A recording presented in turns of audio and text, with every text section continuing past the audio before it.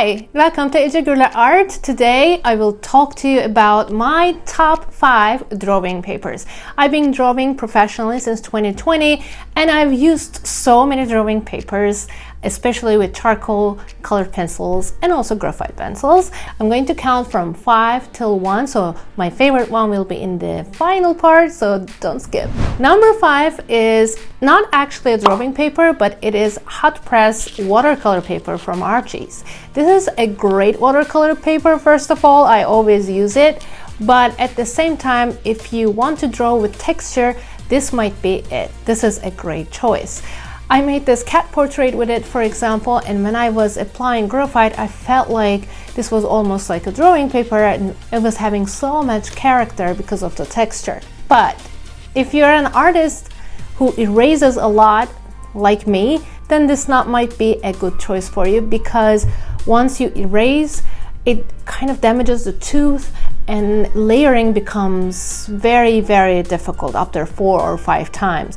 But with drawing papers, I didn't have this issue. I erased multiple times and I could still layer. So this is something to keep in mind. Also, if you are looking for some smooth skin, definitely this is not good because this is medium tooth. It's almost coarse tooth, so it's going to have definitely some texture. Number 4 is Canson 1557 white 200 grams drawing paper.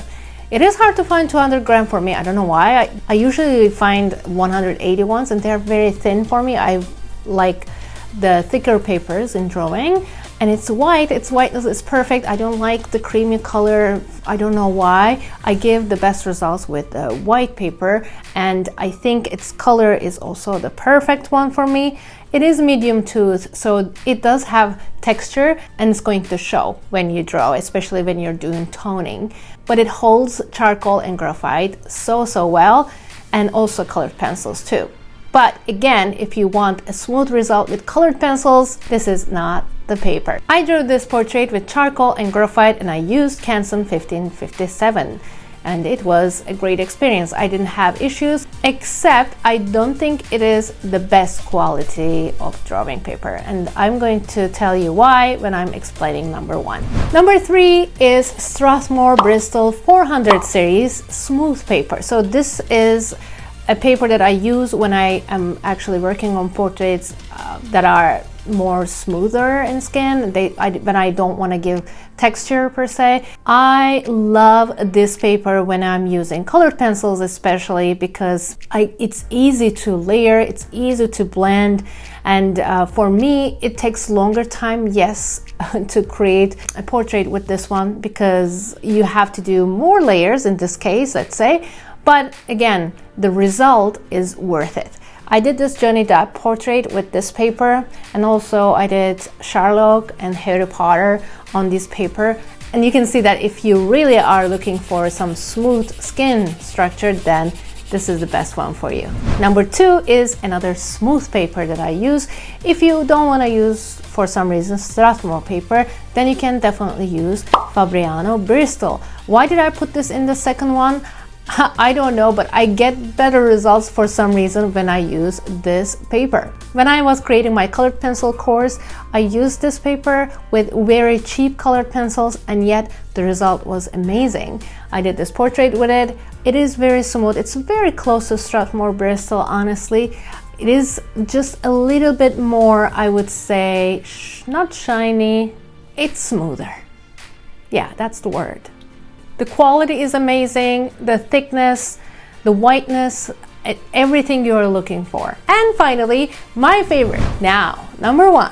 Number 1 is Strathmore Bristol vellum paper. I really love vellum paper. Its thickness, it's around 200 grams. You can buy for 250 if you want. And when I draw on it, my charcoal and graphite holds onto it so well. It shows the texture. So if you want to give texture to your portraits, which makes them look more realistic, then this is definitely the paper to go to.